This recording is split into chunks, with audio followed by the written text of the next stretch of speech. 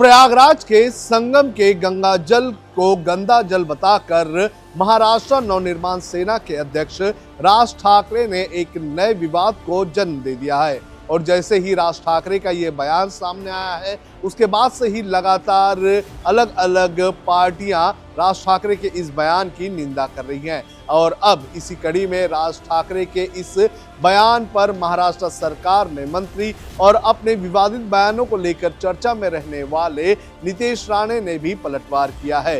राज ठाकरे के इस बयान पर नीतीश राणे ने राज ठाकरे को हिदायत दी है कि राज ठाकरे ने ऐसे बयान देने से बचना चाहिए और हिंदुओं की भावनाओं का सम्मान करना चाहिए। आप भी सुनिए क्या कहा नीतीश राणे ने। ऐसा है, राज साहब का जो कोई उनका जो ओपिनियन है सिंगल आईडी पानी के बारे में कि नदी उसमें उसके अंदर कुछ प्यूरिफिकेशन होना चाहिए, उस बारे में उनका मत व्यक्त करना ठीक है, क्योंकि उनको शायद कम मालूमात होगी कि हमारे नरेंद्र मोदी जी ने नमो गंगा के माध्यम से किस तरीके से उसमें शुद्धिकरण किया है पानी की। उनको जो मालूमात है वो अधूरी है, मगर उसके साथ उन्होंने जिस तरीके से महाकुंभ के बारे में जो मत प्रदर्शन किया है, हिंदू धर्म का, हिंदू समाज का जिस तरीके से अपमान किया है, ये अधिकार किसी को होता नहीं है। मैं खुद भी महाकुंभ में जाके आया हूँ, मेरी माँ मेरे साथ में थी। उस दिन से लेके आज तक मुझे कोई तकलीफ में कोई बीमार पड़ा नहीं हूँ। तो अभी वो कौन से 4-5 जनों को मिले होंगे वो उन्हीं को मालूम है।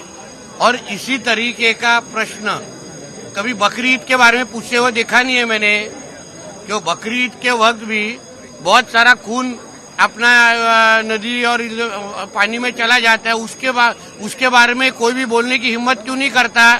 सारा का सारा प्रश्न हमारे हिंदू धर्म के बारे में क्यों पूछा जाता है। अभी भी रोजा और ये सब ईद का माहौल है, तभी ये मोहम्मद अली रोड और ये सब में जाके आप देखो ना क्या माहौल है, सब तरीके की गंदगी की जाती है, तभी कोई पूछने का हिम्मत करता नहीं है। सभी हमारे महाकुंभ के बारे में वो पूछने की हिम्मत जिस तरीके से किया जाता है, तो बाद में ये जो बकरी ईद और ये सब जो अभी रोजा और इस वक्त जो किया जाता है रमजान के वक्त में, उधर भी प्रश्न पूछने की हिम्मत दिखानी चाहिए। आखिरी सवाल, उद्धव ठाकरे का बयान आया कि जब बीजेपी वाले जय श्री राम कहेंगे तो आप जय शिवाजी और जय भवानी कहो और जय श्री राम। वो ऐसा है, जिस सास में हम जय श्री राम बोलते हैं उसी सास में हम जय शिवराय भी बोलते हैं, मगर उन्होंने अल्लाह अकबर बोलना कम करना चाहिए, फिर उनको समझ में आएगा जय श्री राम और जय शिवराय का अर्थ।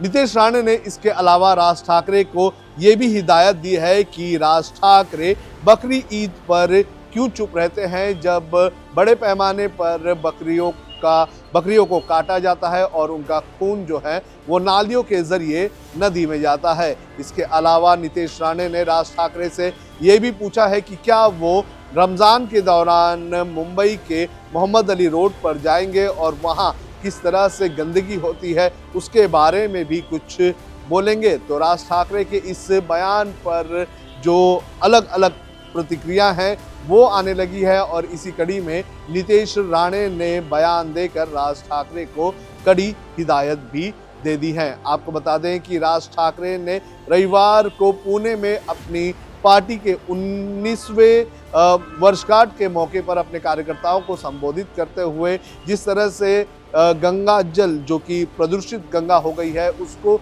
लेकर बयान दिया था, और इसी बयान को लेकर जो राज्य की अलग अलग पॉलिटिकल पार्टीज हैं वो राज ठाकरे पर हमला करने का काम कर रही हैं। तो राज ठाकरे के इस बयान पर विवाद कम होने का नाम नहीं ले रहा है। वीडियो जर्नलिस्ट प्रणीत के साथ सोनू कनौजिया, लोकमत हिंदी, मुंबई।